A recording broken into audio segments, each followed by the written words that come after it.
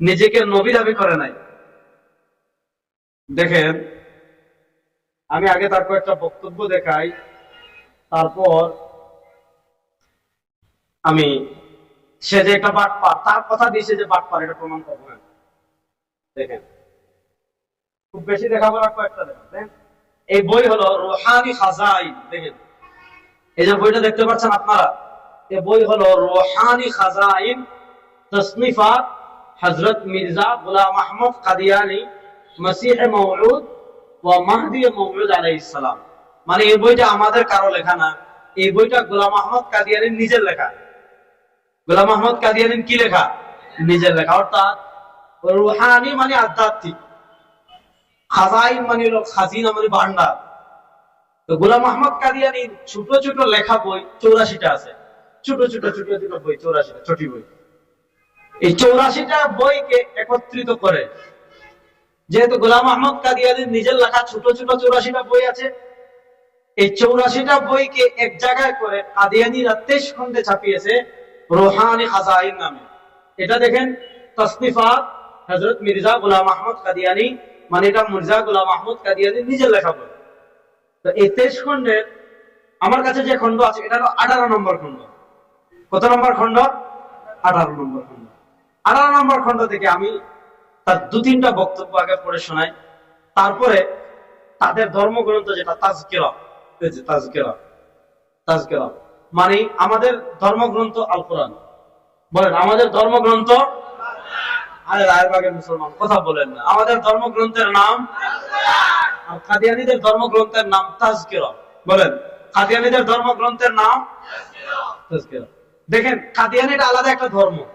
হিন্দু যেমন আলাদা ধর্ম, বৌদ্ধ যেমন আলাদা ধর্ম, ইহুদিবাদ যেমন আলাদা ধর্ম, খ্রিস্টবাদ যেমন আলাদা ধর্ম, কাদিয়ানীবাদ এটা আলাদা ধর্ম। ইসলামের সাথে এটার কোনো সম্পর্ক নাই। তো তাদের কিতাব থেকে আমি প্রমাণ করব আজকে যে গোলাম আহমদ কাদিয়ানী একটা আপাদমস্তক বাটপার ছিল। আপাদমস্তক কি ছিল? এটা আমি আজকে তাদের কিতাব থেকে প্রমাণ করে যাব ইনশাআল্লাহ। রুহানি খাজাইন, এটা হলো কাদিয়ানীর 84টা ছোট ছোট বই, কাদিয়ানীরা একত্রিত করে রুহানি খাজাইন নামে ছাপিয়েছে। আমি প্রথম 207 নম্বর পৃষ্ঠা থেকে একটা বক্তব্য আপনাদেরকে পড়ে শোনাবো। কত নম্বর পৃষ্ঠা? 207।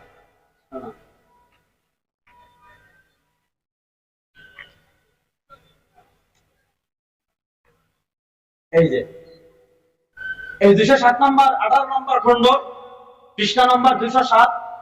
ছোট্ট বইয়ের নাম এক গলতি কা ইজালা, একটি ভুলের অপনোদন, একটি ভুলের সংশোধন, যাই বলেন। এক গলতি কা ইজালা, এক গলতি কা ইজালা, একটি ভুলের কি সংশোধন। দেখেন, এই বইয়ের 207 নম্বর পৃষ্ঠায় সে লিখেছে, কোরআনুল কারীমের একটা আয়াত আছে, মুহাম্মাদুর রাসূলুল্লাহ ওয়াল্লাযীনা মাআহু আশিদ্দাউ আলাল কুফফারি রহমাউ বাইনাহুম, রহমাউ বাইনাহুম। বলা হচ্ছে মুহাম্মাদুর রাসূলুল্লাহ। স্বাভাবিকভাবে আমরা কালিমা তাইয়্যিবা যখন মুহাম্মদ পড়ি, মুহাম্মদ বললে আমরা আমাদের নবীকে বুঝি, মুহাম্মদ বললে আমরা মদিনাওয়ালাকে বুঝি, মুহাম্মদ বললে আমরা কমলিওয়ালাকে বুঝি, মুহাম্মদ বললে আমরা দুজাহানের বাদশাকে বুঝি, মুহাম্মদ বললে আমরা আমাদের নবীকে বুঝি যিনি মদিনায় ঘুমিয়ে আছেন। দেখেন, গোলাম আহমদ কাদিয়ানী সে মুহাম্মদুর রাসূলুল্লাহ এই আয়াত ঠিকই পড়ে, কিন্তু সে লিখতেছে মুহাম্মদুর রাসূলুল্লাহ। আসেন দেখেন, इस वही इलाही में मेरा नाम मोहम्मद रखा गया व रसूल भी। সে বলেছে, এই যে আল্লাহ মুহাম্মদ বলেছেন, মানে এই আয়াতে আল্লাহ মুহাম্মদ বলে তার নাম আল্লাহ মুহাম্মদ রাখছেন। মানে এই মুহাম্মদ মানে মদিনার মুহাম্মদ না, এই মুহাম্মদ মানে কামলিওয়ালা না, এই মুহাম্মদ মানে দুজাহানের বাদশা না।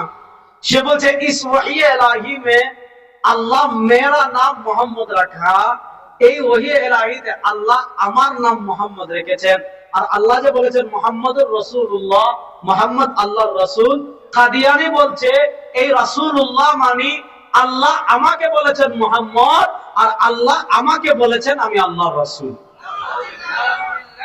এবার আর ওয়াজ করব, শেষ, ওয়াজ নেই শেষ। এবার আপনারা বলেন, কেউ যদি বলে মুহাম্মদুর রাসূলুল্লাহ মানে আমি, আর এই আয়াতে আল্লাহ আমাকে রাসূল বলেছেন, আচ্ছা আপনারাই ফতোয়া দেন, সে মুসলমান না কাফের? শেষ, ফতোয়া দেন, মুসলমান না কাফের? কত নিকৃষ্ট জানোয়ার হইলে, কত নিকৃষ্ট জানোয়ার হইলে সে বলতে পারে যে দেখেন কাদিয়ানীরা কিন্তু মুহাম্মদ রাসূলুল্লাহ পড়ে। এবার বুঝেন, কাদিয়ানীরা কালেমা তয়্যিবা পড়বে, লা ইলাহা ইল্লাল্লাহ মুহাম্মাদুর রাসূলুল্লাহ পড়বে। কাদিয়ানীরা আযান দিবে আশহাদু আন্না মুহাম্মাদার রাসূলুল্লাহ। কাদিয়ানীরা কালেমা শাহাদা পড়বে, ওয়া আশহাদু আন্না মুহাম্মাদান আবদুহু ওয়া রাসূলুহু, সব পড়বে, ঠিক আছে।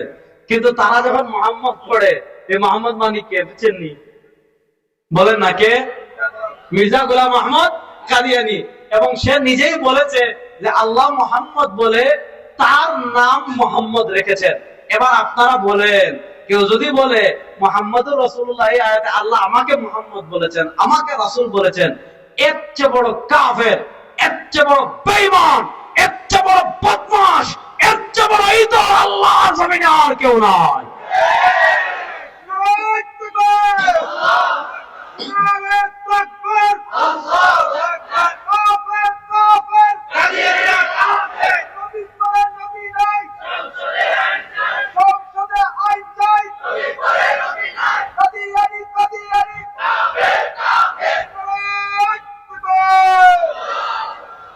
আচ্ছা, একটা বক্তব্য দেখালাম, এটা রুহানি খাজাইন 18 নম্বর খণ্ডের 207 নম্বর পৃষ্ঠায়।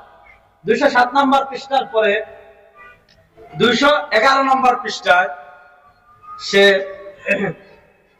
এখানে লিখতেছে, এখানে আরো জঘন্য কথা লিখতেছে। দেখেন এখানে লিখতেছে ইসওয়াসাতা কো মালহুজ রাখকর, মনোযোগ দিয়ে শুনেন, ইসওয়াসাতা কো মালহুজ রাখকর और इसमें होकर और इसके नाम मोहम्मद और अहमद से मुसम्मा होकर और इसके नाम विशेष नाम बने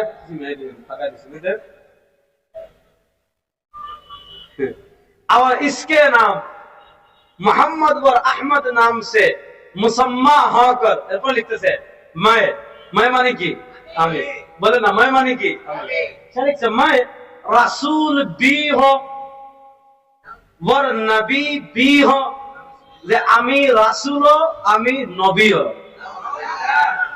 একদম একদম সুস্পষ্ট লিখেছে, मैं রাসূল বি হো ওর নবী ভি হো, আমি রাসূল ও আমি নবী ও।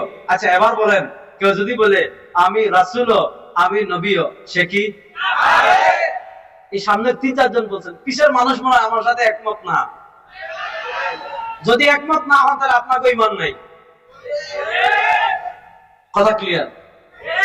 এখন বলেন, কেউ যদি বলে আমি আমাদের নবীর পরে, সে বলতেছে मैं রাসূল भी हो, এই চেরাগ বিবির পুরাতে জুতা দিয়ে বেরিয়ে তো দাঁত ফলাই দেওয়া দরকার।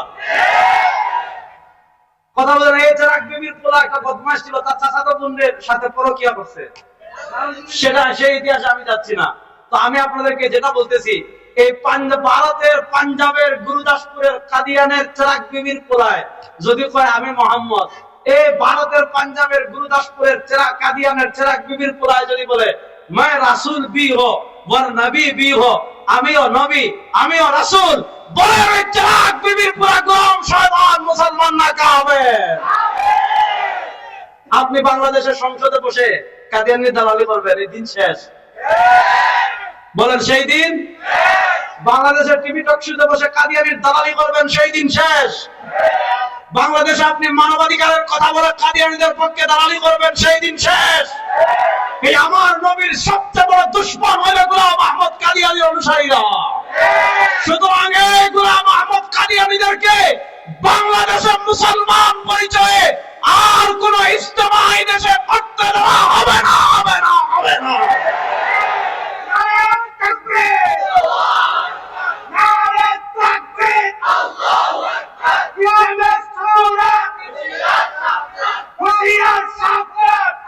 তারা কি স্লোগান দেন? আপনি একটা পেতেছেন, উনি আরেকটা বলতেছেন।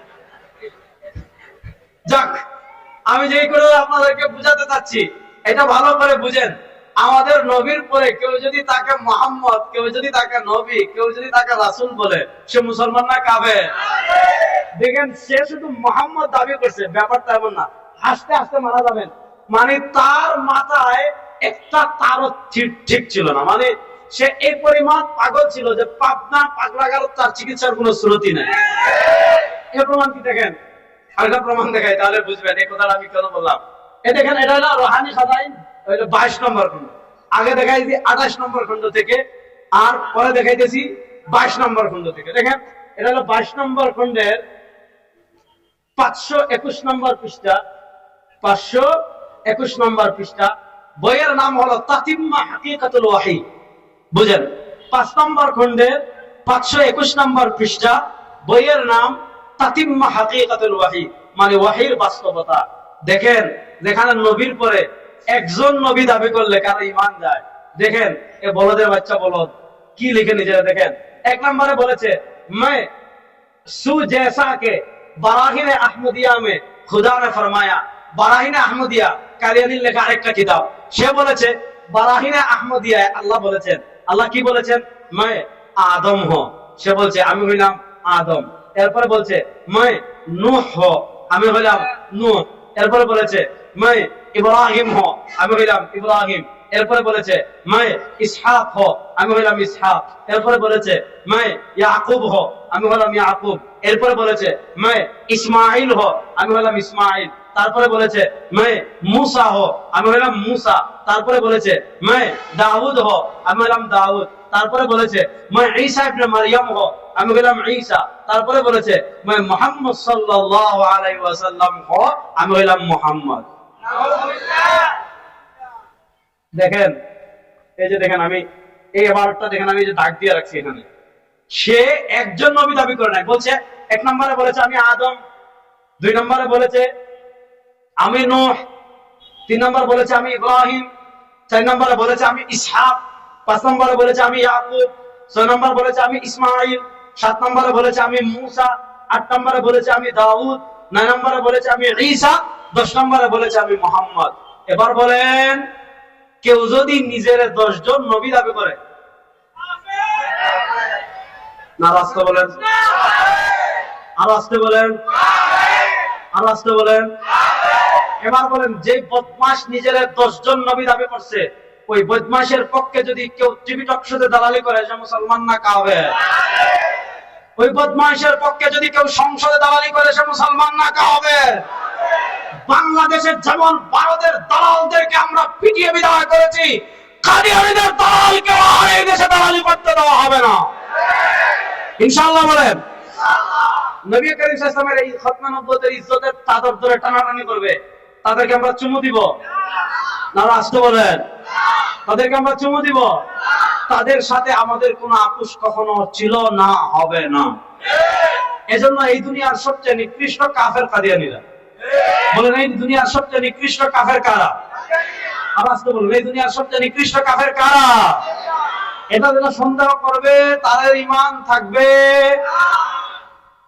দেখেন, সে শুধু নবী দাবি করে শেষ করে নাই, কথাটা বুঝেন। কাদিয়ানী শুধু নবী দাবি করে তার বক্তব্য শেষ করে নাই, তার আরেকটা বক্তব্য ছিল যে নবী করিম সাল্লাল্লাহু আলাইহি ওয়াসাল্লামের উপর যেমন ওহী আসতো, আমাদের নবীর উপর ওহী আসতো কি আসতো না? বলেন, আমাদের নবীর উপর ওহী আসতো কি আসতো না? কাদিয়ানীর আরেকটা মৌলিক দাবি ছিল যে আমাদের নবী করিম সাল্লাল্লাহু আলাইহি ওয়াসাল্লামের উপর যেমন ওহী আসে, গোলাম আহমদ কাদিয়ানীর উপর তেমন ওহী আসে। এবং সে কি লিখেছে আমি দেখাই। এই বইয়ের 220 নম্বর পৃষ্ঠায়, 200 কত নম্বর পৃষ্ঠায়?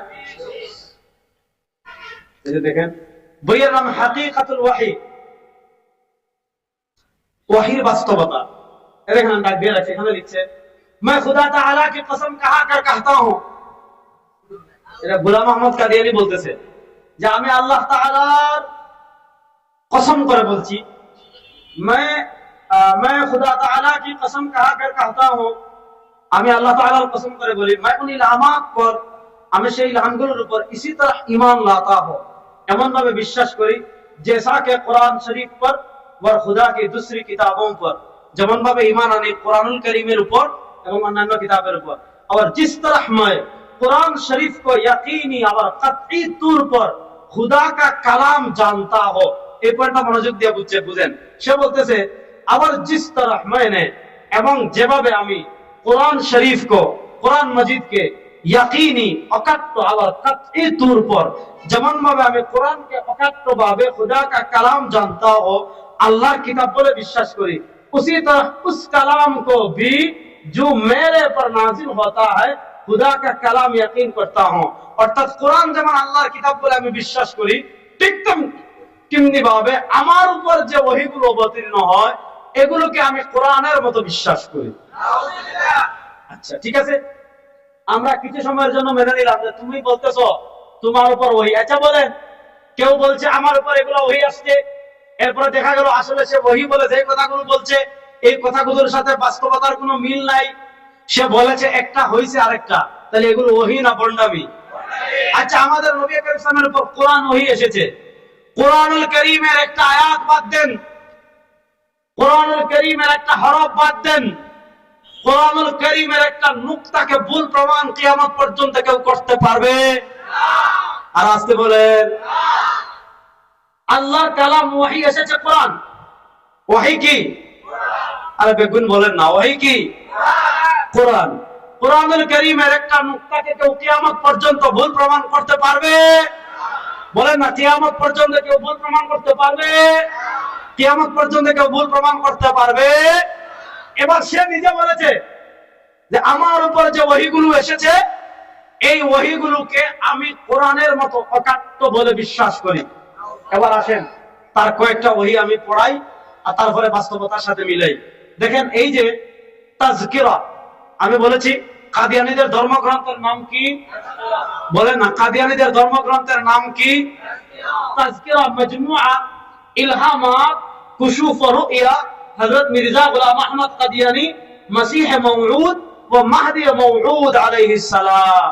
অর্থাৎ কাদিয়ানীদের উপর যত ওহী আসছে সেই ওহীগুলো তারা এই কিতাবের মধ্যে জমা করেছে। এই কিতাবের 503 নম্বর পৃষ্ঠা থেকে আমি গোলাম আহমদ কাদিয়ানী প্রথম একটা ওহী পড়ে শোনাই, তারপর আপনাদের সাথে বাস্তবতা মিলাবো।